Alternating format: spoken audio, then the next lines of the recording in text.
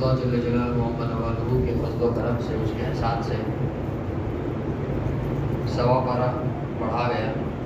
اس میں پہلا پارہ مکمل ہوا اور دوسرا پارہ پاؤ۔ جو سورج شروع ہوئی وہ سورہ بقرہ ہے، اور ہر رکعت کے اندر جو سورت پڑھی جاتی ہے وہ سورہ فاتحہ ہے۔ سورہ فاتحہ یہ مکہ المکرمہ میں نازل ہوئی ہے، اور اس کے اندر 7 آیتیں ہیں، جس کو ہم الحمد شریف بھی کہتے ہیں۔ وہ فاتحہ کا مطلب ہوتا ہے کھولنے والی۔ تو اس صورت کے اندر اللہ رب العزت نے جو مضمون نازل فرمایا ہے، اس مضمون کو اور ان آیتوں کو بار بار پڑھنے کی وجہ سے آدمی کا سینہ کھل جاتا ہے، اور ایمان کی حلاوت اس کو محسوس ہونے لگتی ہے۔ اس لیے اللہ والوں کے یہاں اس کا خاص ورد ہے، خاص وظیفہ ہے۔ جو بندہ اپنے ایمان کے تعلق سے شک میں مبتلا ہو تو اس کو چاہیے کہ وہ سورہ فاتحہ کا ورد کثرت سے کرے، جس کی وجہ سے اس کے شکوک اور شبہات رفع ہو جائیں گے، ختم ہو جائیں گے۔ بعض کتابوں میں یہ بھی لکھا ہوا ہے کہ یہ جو سورت ہے سورہ فاتحہ، اس کا اصل نام جو ہے وہ 7 مثانی ہے، 7 مثانی، یعنی 7 زمین اور 7 آسمان کے جو راز اللہ رب العزت نے قرآن پاک کے اندر بیان فرمائے ہیں، تو سورہ فاتحہ کے اندر اللہ نے اختصار اور مختصر کے ساتھ بیان فرما دی۔ اگر جو بندہ سورہ فاتحہ کو پڑھ لے، اس کو سمجھ لے، تو گویا کہ اس نے کائنات کے خلاصے کو سمجھ لیا۔ اس لیے کہ اللہ والے تو فرماتے ہیں کہ سورہ فاتحہ کے اندر اللہ رب العزت نے 7 زمین، 7 آسمان اور ان کے درمیان کی جتنی بھی چیزیں سب کا تذکرہ فرمایا۔ بس اس کو سمجھنے کے لیے وہ فہم چاہیے، اور اس کو سمجھنے کے لیے وہ عقل چاہیے۔ تو اس لیے اللہ رب العزت نے بھی اور اللہ کے نبی صلی اللہ علیہ وسلم نے بھی کہ فرض نماز کی ہر 2 رکعت کے اندر شروع والی جو 2 رکعت، اس میں سورہ فاتحہ کا پڑھنا کیا کر دیا؟ واجب کر دیا کہ سورہ فاتحہ پڑھنا ضروری ہے، کیونکہ اس میں اللہ رب العزت کی تعریف ہے۔ الحمدللہ، تمام کی تعریف اللہ کے لیے ہے۔ رب العالمین، جو تمام جہان کا پالنہار ہے، یہاں سے اللہ رب العزت کی تعریف شروع ہوتی ہے۔ اور پھر دوسری آیت میں بھی اللہ کی تعریف ہے، تیسری آیت میں بھی اللہ رب العزت کی تعریف ہے۔ تینوں آیتوں میں اللہ کی تعریف ہے، لیکن تینوں آیتوں میں تعریف کا انداز الگ ہے۔ پہلی آیت میں جو تعریف فرمائی الحمدللہ رب العالمین، تو گویا کہ تعریف کی ابتدا فرمائی اور سمجھانے کے طور پر کہہ دیا کہ بھائی جو تمام جہان کا پالنہار ہے، اس سے بڑا کوئی ہو نہیں سکتا۔ اگر کسی کی تعریف، اگر آدمی یوں چاہے کہ میں اس کی تعریف بیان کروں، تو جس چیز کی تعریف کی جاتی ہے اس چیز کے اندر کوئی خاصیت ہونی چاہیے، جس کی بنیاد پر اس کی تعریف ہونی چاہیے۔ تو اللہ رب العزت نے اپنی ذات کی خاصیت بیان فرمائی کہ بھائی اللہ کی وہ ذات ہے جو تمام جہان کے پالنہار ہے۔ تو جب آدمی کو یہ سمجھ میں آ جائے گا کہ تمام جہان کو پالنے والا اللہ ہے، تو وہ خود ہی اللہ کی تعریف کرنے والا بن جائے گا۔ اس لیے اللہ پاک نے فرمایا یہ تعریف کرنے کا پہلا انداز اللہ رب العزت۔ دوسرا انداز کیا؟ الرحمن الرحیم، کہ جس نے کائنات کے پیدا کرنے والے کو پہچان لیا، اس کے لیے اللہ رب العزت کیا ہے؟ رحم کرنے والا ہے۔ اس لیے فرمایا کہ جو ایمان والے ہیں، جو اللہ کو جاننے والے، پہچاننے والے، چاہنے والے ہیں، ان لوگوں کے حق میں اللہ رب العزت کیسے ہیں؟ رحم کرنے والے ہیں، بہت زیادہ رحم کرنے والے۔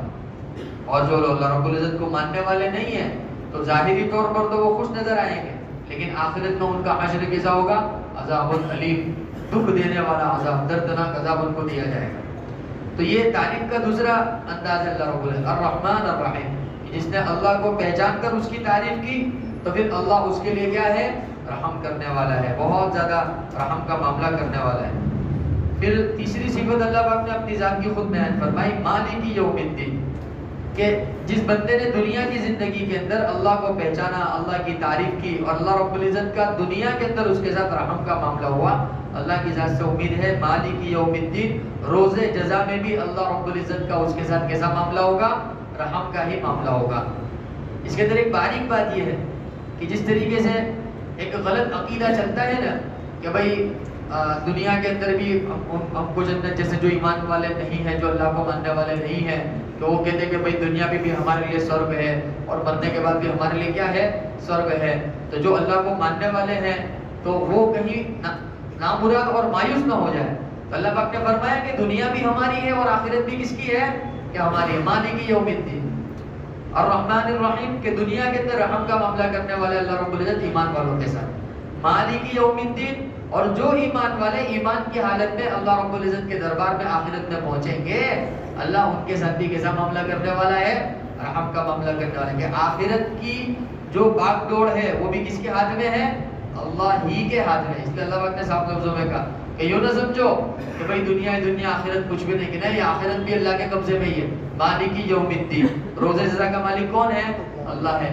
اس میں ایک بات اور ہے، کفار مکہ جو تھے وہ اللہ کے نبی صلی اللہ علیہ وسلم کو تان تشنیع کے طور پر ایسا کہا کرتے تھے کہ بھئی دنیا میں بھی ہمارے لیے تو جنت ہے اور آخرت میں بھی ہمارے لیے تو کیا ہے؟ جنت ہے. ہم کو تو مزہ ہی مزہ ہے. تم خالی ایک معبود کو بلاتے رہو، ہمارے پاس تو بہت سارے معبود ہیں، کہ دیکھو کہ جنت والا معبود ہے، یہ رزق والا معبود ہے. ایسی اپنے خیالات کے اندر انہوں نے بہت ساری تصویریں بنا کے رکھی تھی کفار مکہ نے. تو اللہ رب العزت نے کفار مکہ سے لے کر قیامت تک ان کے نقشے قدم پر چلنے والے جتنے بھی بت پرست پیدا ہوں گے، سب کو اللہ رب العزت نے کہہ دیا مالک یوم الدین. روز جزا کا مالک کون ہے؟ اللہ ہی ہے. پھر اللہ رب العزت نے ایک دعائیہ جملہ نازل فرمایا، ایاک نعبد و ایاک نستعین، کہ اللہ ہم تیری عبادت کرتے ہیں اور تجھی سے مدد مانگتے ہیں. یہ ایمان والوں کو سکھلایا گیا کہ ایمان والوں تم اللہ پاک سے یہ کہو، بار بار کہو، اے اللہ ہم تیری ہی عبادت کرتے ہیں. یہ کفار مکہ کو اور کافروں کو یہ بات جتلانے کے لیے کہ جو اللہ کے علاوہ غیر اللہ کی عبادت کرتے ہیں، اے ایمان والوں تم کہو اور برجستہ کہو، بار بار کہو، ہر بار کہو، ایاک نعبد، اے اللہ ہم تو تیری ہی عبادت کرتے ہیں. پتہ چلا اللہ کے سوا کسی کی عبادت کرنا جائز نہیں ہے. وَإِيَّاكَ نَسْتَعِينُ، اور اے اللہ تجھ ہی سے مدد مانگتے ہیں. پتہ چلا اللہ کے علاوہ غیر اللہ سے مدد مانگنا جائز نہیں ہے. کفار مکہ کی تردید فرما دی. کفار مکہ جو ہے وہ اپنے بتوں سے مانگا کرتے تھے، اللہ رب العزت نے اس کی تردید فرما دی. اللہ رب العزت موجودہ زمانے کے بہت سارے مسلمان بھائی ہمارے ایسے ہیں جو غلط طریقے سے شرک میں مبتلا ہو چکے ہیں. اللہ ان کو بھی ایاک نعبد اور ایاک نستعین پر عمل کرنے کی توفیق عطا فرمائے. اور پھر اور بہترین جملہ ہدایت والا اللہ رب العزت نے نازل فرمایا، اور ایک دعائیہ جملہ ہے یہ بھی کہ اہدنا الصراط المستقیم، اللہ تو ہم کو سیدھا راستہ بتا. اچھا سیدھا راستہ کون سا؟ انسانوں کے اوپر اللہ رب العزت نے نہیں چھوڑ دیا، بلکہ یہ فرمایا کہ راستہ ان لوگوں کا جن پر آپ نے انعام فرمایا. اب جن لوگوں پر اللہ رب العزت کا انعام ہوا وہ کون لوگ تھے؟ وہ توحید پرست تھے، وہ صرف اللہ کی عبادت کرنے والے تھے، صرف اللہ سے مانگنے والے تھے. نہیں ان کا سر غیر اللہ کے سامنے جھکتا تھا، نہیں وہ غیر اللہ سے مدد طلب کرتے تھے. یہ وہ لوگ تھے، انہیں پر اللہ کا انعام ہوا. تو اب اللہ رب العزت نے دعا منگوائی ہم سے کہ یہ دعا مانگو کہ اللہ رب العزت کو ہم کو سیدھا راستہ بتا. اور راستہ بھی کن لوگوں کا؟ توحید پرستوں کا راستہ جن پر اللہ کا انعام ہوا. اور وہ سب سے پہلے کون ہے؟ حضرات انبیاء علیہ السلام، پھر ان کے بعد صحابہ کرام کی مقدس جماعت، پھر تابعین، تبع تابعین، علماء حقانی، علماء ربانی، صالحین، جو اللہ کے نیک بندے ہیں وہ سب اس کے اندر شامل ہو گئے. غیر المغضوب علیہم ولا الضالین، ان لوگوں کے راستے پر مت چلانا جن پر آپ کا غضب نازل ہوا اور جو گمراہ ہو گئے. تو اس آیت کے اندر اللہ رب العزت نے اسلام کے علاوہ جتنے بھی مذہب کے پیروکار ہیں، ماننے والے ہیں، اور جتنے بھی مذہب دنیا کے اندر پیدا ہو چکے یا ہو رہے یا ہوں گے قیامت تک، ان تمام کی اللہ رب العزت نے نفی فرما دی، تردید فرما دی، انکار فرما دیا کہ یہ دعا مانگو اللہ پاک سے کہ اللہ تو مجھے سیدھے راستے پر چلانا، جن لوگوں پر آپ نے انعام کیا ان کے راستے پر چلانا، جن پر آپ کا غصہ نازل ہوا ان کے راستے پر مت چلانا. اور وہ کون لوگ ہیں؟ جو دین اسلام سے ہٹ کر ہیں، جیسے یہودی ہیں. جیسے کون ہے؟ یہودی ہیں. یہودیوں پر اللہ رب العزت کا غضب نازل ہوا. آگے سورہ بقرہ میں اللہ رب العزت نے یہودیوں کا تذکرہ فرمایا. بنی اسرائیل جو ہے وہ بنی اسرائیل یہودی ہیں، اولین بنی اسرائیل یہودی کہلاتے ہیں. تو غیر المغضوب کے اندر یہودیوں کے راستے پر اللہ رب العزت کو ہمیں مت چلانا. اور وہ جو یہودیوں کی طرف اشارہ کیا، ان یہودیوں کی صفتیں کیا تھی، ان کی شرارتیں کیا تھی کہ باقاعدہ سورہ فاتحہ کے اندر اللہ رب العزت نے ایمان والوں سے دعا منگوائی. اس کی وجہ کیا رہی؟ سورہ بقرہ میں تفصیل سے اللہ پاک نے بیان فرمایا. اگر موقع ملے زندگی میں مرنے سے پہلے تو ذرا یہ غیر المغضوب علیہم کی جو تفسیر اللہ رب العزت نے آگے سورہ بقرہ کے اندر پہلے بارے میں پہلا پارہ تو یوں سمجھیے کہ یہودیوں اور عیسائیوں کی حرکتوں پر اللہ رب العزت نے مشتمل نازل فرمایا. اس نے 3 مرتبہ یا بنی اسرائیل یا بنی اسرائیل یا بنی اسرائیل نازل فرمایا. یہودی اور عیسائی بڑے ناشکر ہے. حضرت موسیٰ علیہ السلام کی قوم کہلاتے یہودی. موسیٰ علیہ السلام کو نبی بنا کر ان کی طرف بھیجا گیا اور کیسے کیسے ان کے حالات اللہ رب العزت نے بیان فرمائے. حضرت موسیٰ نے اللہ کی طرف بلایا, اپنے نبی ہونے کا ثبوت ان کے سامنے پیش کیا. یہودی کہنے لگے کہ بھائی تم اللہ کی جانب سے کوئی کتاب لے کر آؤ, دستاویز لے کر آؤ تو ہم تم کو نبی مانیں گے. کہا کہ مجھ کو نبی مان لیں گے؟ کہ ہاں مان لیں گے تم کو نبی. کہا کہ ٹھیک ہے. حضرت موسیٰ علیہ السلام جب اللہ رب العزت سے دعا فرما کر کوہ طور پر تشریف لے گئے اور پھر 40 دن وہاں اللہ کے نبی حضرت موسیٰ علیہ السلام قیام پذیر ہوئے اور وہاں سے جب اللہ کے دستاویز لے کر آئے تو دیکھا کہ وہی دوبارہ کہاوت ہے نا کہ وہی بے ڈھنگی وہی رفتار جو پہلے تھی اب بھی باقی ہے. کہ پہلے سے ایک غیر اللہ کی عبادت کے اندر مشغول تھے. حضرت موسیٰ علیہ السلام نے محنت کر کے سیدھے راستے پر لگایا.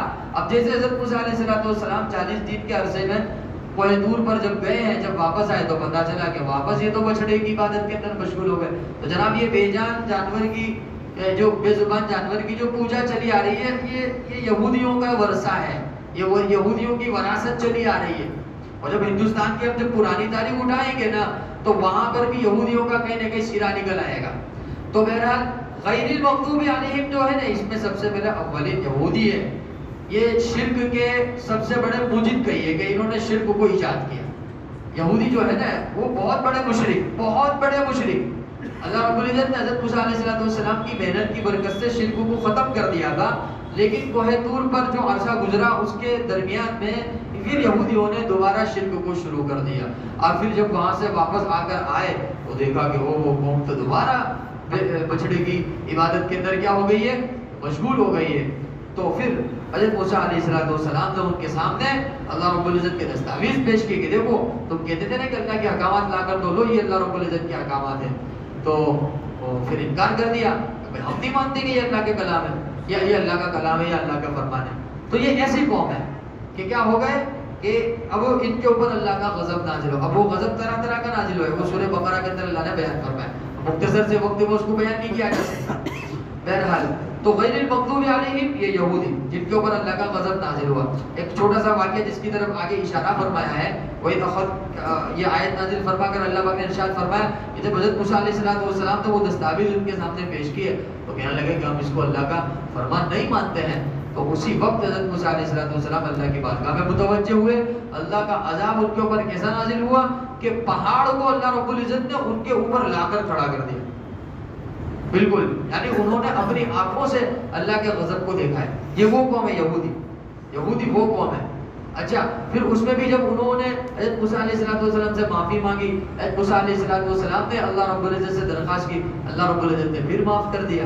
پھر ان کے ایمان کے امتحان کے لیے پھر اللہ رب العزت نے کہا کہ چلو جس بے زبان بچڑے کی عبادت میں تم مشغول ہوئے تھے اسی کو اللہ کے راستے میں کیا کرو, ذبح کرو. پھر اللہ رب العزت نے مستقل وہ واقعہ بیان فرمایا. پھر اس کے اندر بھی حجت بازیاں کرنے لگے, کس طرح کا بچڑا لائے, کس کلر کا لاوے, کیسا لاوے, ویسا لاوے. اللہ رب العزت نے ایک بار جملہ ارشاد فرمایا تصور الناظرین کہ ایسا لے لو جو تمہاری نگاہ کو بھا جاوے, جو پسند آ جاوے لوگوں کو, بس ایسا کر دو, اس سے آگے کچھ نہیں. لیکن اس کے اندر بھی کیا کری, طرح طرح کی انہوں نے چال بازیاں کی.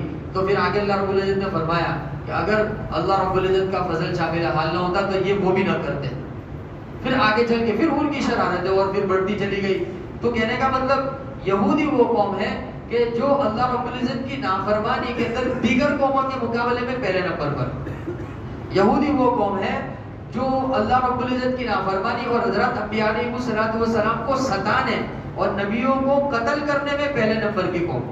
اللہ رب العزت نے ان کی اس بری صفت کو قرآن پاک میں بیان فرمایا, یقتلون الانبیاء. اللہ کرے یہ بات مسلمانوں کو سمجھ میں آ جائے. اللہ رب العزت نے کسی قوم کی قتل انبیاء کی صفت بیان نہیں فرمائی, یہودیوں کی بیان فرمائی اور فرمایا صاف لفظوں میں وَيَقْتُلُونَ الْأَنْبِيَاءَ. یہ اتنے سرکش اور سرپسند لوگ ہیں کہ انہوں نے اللہ کے نبیوں کو قتل کر دیا. اور انبیاء کہا, اللہ انبیاء مطلب بہووچن, ہمارے گجراتی میں ہوتا ہے نا ایک وچن بہووچن. بہووچن ایک بہت ہم کہے اور ایک بہت کون کہے, اللہ کہے. تو بھائی اللہ جس چیز کو بہت کہے تو یقینی طور پر وہ بہت زیادہ ہوگا نا. یقتلون الانبیاء, بہت سارے نبیوں کو قتل کر لیا ان لوگوں نے. تو غیر المغضوب علیہم یہ یہودی، اور والضالین یہ عیسائی کہ جو گمراہ ہوئے، گمراہ ہو گئے عیسائی. اور اب وہ میٹھی چھری سے کیا کر رہے ہیں؟ مسلمانوں کو بھی گمراہ کر رہے ہیں. اب وہ آہستہ آہستہ عیسائیوں کے طریقے کیا ہوتے ہیں؟ پھیلتے جا رہے ہیں. یہودی اور عیسائی ایک ظاہر ایک باطن، وہ باطنی دشمن ہے، یہ ظاہری دشمن ہے. یہودی جو ہے وہ ظاہر میں بالکل مخالفت کرتا ہے گا، اور عیسائی جو ہے اس کے دل میں دشمنی چھپی ہوئی ہے، لیکن وہ ظاہر بہت اچھا کر کے لے کر آتا ہے. تو لہذا اسکولوں کا نظام، کالجوں کا نظام سب عیسائیوں نے سنبھال لیا ہے. دیکھو اچھا اچھا لباس پہن کر کے، ٹائی وائی لگا کر کے، اور ایک کالج کا نے ایسا ریپوٹیشن جمع کر کے وہ امت مسلمہ کے سامنے پیش کیا. اب کیا ہے، لوگ کیا سمجھتے ہیں؟ بہت اچھے اخلاق والے. حالانکہ ان کے سینوں کے اندر اور ان کے دلوں کے اندر امت مسلمہ کی دشمنیاں بھری ہوئی ہے. اللہ پاک نے آیت نازل فرمائے لن ترضى عنك اليهود ولا النصارى کہ یہ یہودی اور عیسائی کبھی بھی مسلمانوں سے خوش نہیں ہو سکتے. ہاں اگر مسلمان خود یہودی بن جاوے یا عیسائی بن جاوے تو پھر یہ ان سے خوش ہو جائے. اللہ پاک نے آیت نازل فرمائی. یہ پہلے بارے کے پونا بارہ جو ختم ہوتا ہے تو آخری والا پاؤ شروع ہوتا ہے، اس میں اللہ پاک نے آیت نازل فرمائی لن ترضى عنك اليهود ولا النصارى کہ یہودی اور عیسائی کبھی بھی خوش نہیں ہوں گے آپ سے، یعنی اسلام سے، مسلمانوں سے کبھی بھی خوش نہیں ہوں گے.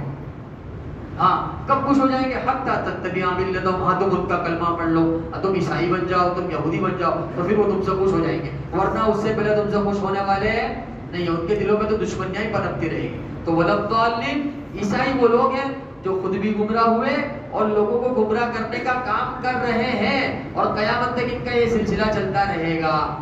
اچھا، ان کے غلط عقیدے کیا ہے؟ ان کے ایک وہ کہتے ہیں نا کہ وہ ایک کہاوت ہمارے شیخ چلی کہتے ہیں نا، شیخ چلی اردو زبان میں شیخ چلی کس کو کہتے ہیں؟ شیخ چلی کہ جس کے پاس کچھ نہ ہو لیکن وہ دل و دماغ کے اعتبار سے اپنے آپ کو کیا سمجھتا ہو؟ بہت بڑا سمجھتا ہو. اور جس کے پاس کچھ بھی اسباب کا اور سمجھتے میں تو یہ بھی کر لوں گا، وہ بھی کر لوں گا. خیالی پلاؤ پکانے والے کو شیخ چلی کہتے ہیں. اب یہ بھی خیالی پلاؤ پکاتے ہیں اور اسی پلاؤ کو کیا کر رہے ہیں؟ وہ پوری دنیا میں تقسیم کر رہے ہیں اور لوگ اس کے ظاہری کو دیکھ کر کے دھوکے میں پڑ رہے ہیں. اور ان کا خیالی پلاؤ کیا ہے کہ یہودیوں کا ماننا ایسا ہے کہ پوری دنیا کے اندر سب سے سچا اور اچھا مذہب ہمارا ہے. یہودی ان کا ماننا ایسا ہے، یہودی اپنے مذہب کے سلسلے میں ایسا کہتے ہیں. اور ان کا عقیدہ یہ ہے کہ قیامت سے پہلے وہ جو دجال آئے گا نا اس کو وہ اپنا رہبر مانتے ہیں. وہ کہتے ہیں وہ دجال نہیں ہوگا بلکہ وہ حضرت عزیر علیہ السلام کا نمائندہ ہوگا. وہ آئے گا اور پوری دنیا سے مسلمانوں کو اور عیسائیوں کو سب کو ختم کر دے گا اور پوری دنیا میں صرف اور صرف یہودیوں کا عالم چلے گا اور یہودیوں کی حکومت قائم ہو جائے گی. یہ ان کا خیالی بلاؤ ہے. اچھا، دوسرا خیالی بلاؤ کن کا آئے گا؟ عیسائیوں کا آئے گا. اس لیے اللہ پاک نے یہ سورہ فاتحہ کے آخر میں یہ دعا منگوائی ہم سے غیر المغضوب علیہم ولا الضالین. وہ جو ولا الضالین عیسائی ہے انہوں نے کیا خیالی بلاؤ پکایا کہ قیامت سے پہلے حضرت عیسیٰ علیہ السلام نازل ہوں گے. یہ تو الحمدللہ ہمارا بھی عقیدہ ہے، لیکن وہ حضرت عیسیٰ علیہ السلام نازل ہوں گے نا، وہ یوں کہتے ہیں کہ پوری دنیا کے اندر عیسائی کے علاوہ جتنے بھی لوگ ہیں سب کو حضرت نعوذ باللہ حضرت عیسیٰ علیہ السلام کیا کر دیں گے؟ قتل کر دیں گے، اسلام کو ختم کر دیں گے اور پوری دنیا کے اندر صرف اور صرف حضرت عیسیٰ علیہ السلام اور عیسائیوں کی حکومت ہوگی. یہ انہوں نے ایک خیالی پلاؤ پکایا اور اس کے اندر وہ لوگوں کو بانٹتے جا رہے ہیں. اور جبکہ دین اسلام کا صحیح عقیدہ جس کو اہدنا الصراط المستقیم کے اندر بیان کیا گیا وہ یہ ہے کہ قیامت سے پہلے اللہ رب العزت کی جانب سے دجال کا خروج ہوگا، دجال نکلے گا اور اس کو ختم کرنے کے لیے حضرت امام مہدی کا ظہور بھی ہوگا، حضرت عیسیٰ علیہ السلام کا نزول بھی ہوگا. حضرت عیسیٰ علیہ السلام کا نزول اس معنی کر ہوگا کہ وہ دین اسلام کے علم بردار ہوں گے اور پوری دنیا میں اسلام کو نافذ کریں گے اور صرف ایک ہی کلمہ پوری دنیا کے اندر چلے گا، لا الہ الا اللہ محمد الرسول اللہ. یہ صحیح عقیدہ ہے. اب وہ جو دو غلط عقیدے ہیں نا وہ انہوں نے اپنی طرف سے گھڑ لیے اور ان کا ماننا ہے کہ ہمارے پاس بھی آسمانی کتابیں تورات اور انجیل. تو تورات اور انجیل کے سلسلے میں خلاصہ یہ ہے کہ موجودہ زمانے میں جو تورات اور انجیل موجود ہیں وہ نہیں ہے جو اللہ وقت نے نازل فرمائی تھی. حضرت موسیٰ علیہ السلام پر اللہ تعالیٰ جو تورات نازل فرمائی تھی، حضرت عیسیٰ پر جو انجیل نازل فرمائی تھی، حقیقت میں یہ وہ نہیں ہے جو اللہ وقت نے نازل فرمائی تھی، بلکہ یہودی اور عیسائیوں کے علماء نے اور ان کے چاہنے والوں نے اس میں اپنی طرف سے کیا کر دیا گیا؟ اضافہ کر دیا، رد و بدل کر دیا، تبدیل کر دی، پوری کتاب چینج کر دی انہوں نے. لیکن قرآن پاک ایسی کتاب ہے، اللہ ہمیں اس کی قدر کرنے کی توفیق عطا فرماوے اور اللہ رب العزت اس کے مطابق زندگی گزارنے کی توفیق عطا فرماوے۔ یہ من وعد جیسی نازل ہوئی تھی، آج بھی الحمدللہ ایسی ہی ہے اور قیامت تک ایسی ہی رہے گی، کیونکہ اللہ نے اس کی حفاظت کا ذمہ لیا ہے۔ اللہ پاک نے فرمایا اِنَّا نَحْنُ نَزَّلْنَا الذِّکْرَ، ہم نے قرآن پاک کو نازل کیا ہے، وَإِنَّا لَهُ لَحَافِظُونَ، اور ہم اس کی حفاظت کرنے والے۔ اور حفاظت کا ایک طریقہ تراویح بھی ہے۔ حفاظت کا ایک طریقہ کیا ہے کہ 1450 سال سے اس کی ترتیب الحمدللہ چلی آ رہی ہے، سینہ بسینہ، زبان بزبان، منہ بمنہ الحمدللہ قرآن پاک سنا جا رہا ہے، سنایا جا رہا ہے، اس کو حفظ کیا جا رہا ہے۔ چھوٹے چھوٹے بچے ماشاءاللہ حافظ بن رہے ہیں، اور پڑھنے والے بھی کیسے کہ ایسے بھی گزرے جنہوں نے ایک دن میں 3 قرآن ختم کر دی۔ حضرت علی رضی اللہ عنہ کے بارے میں آتا ہے کہ حضرت علی رضی اللہ عنہ رمضان کے مبارک مہینے میں ایک دن میں 8 قرآن ختم کر دیتے تھے۔ یہ اس کی حفاظت کا ذمہ اللہ رب العزت نے لیا۔ حضرت امام شافعی رحمۃ اللہ کے بارے میں آتا ہے رمضان کے اندر ایک دن کا قرآن، ایک رات کا قرآن، 2 قرآن ختم کر دیتے تھے۔ حضرت عثمان غنی رضی اللہ عنہ کے بارے میں آتا ہے وتر کی 1 رکعت میں پورا قرآن پڑھ لیتے تھے، کیونکہ اللہ نے وعدہ کیا ہے نا اس کی حفاظت کا۔ اب اللہ حفاظت فرما رہا ہے، حفاظت کے انداز ہے۔ اب اس میں بہت سے لوگوں کو اعتراض ہوتا ہے، یار کہیں ایسا ہو سکتا ہے کہ 1 رکعت میں پورا قرآن؟ پر ہو سکتا ہے، کرامت ہے، یہ اللہ کا معجزہ ہے، اللہ جس سے چاہے لے لے۔ اب ہم کو توفیق نہیں ملتی ہے لمبی لمبی رکعت پڑھنے کی، ہم کو اعتراضات ہو جاتے ہیں۔ اس کے لیے بہت سارے لوگوں کو اعتراض ہوتے ہیں کہ حضرت شیخ نے فضائل اعمال کے اندر یہ واقعات لکھے ہیں، لوگوں کو اعتراض ہوتے ہیں یار ایسا ہو سکتا ہے؟ بھائی جب تمہارے دل اور دماغ موبائل کے اندر ہی لگے ہوئے ہو تو قرآن پاک سے جب دل ہی لگا ہوا نہیں ہے، تو جب قرآن پاک کی ایسی حیران کن جب کارگزاریاں سامنے آتی ہے تو پھر تعجب ہی ہوگا نا۔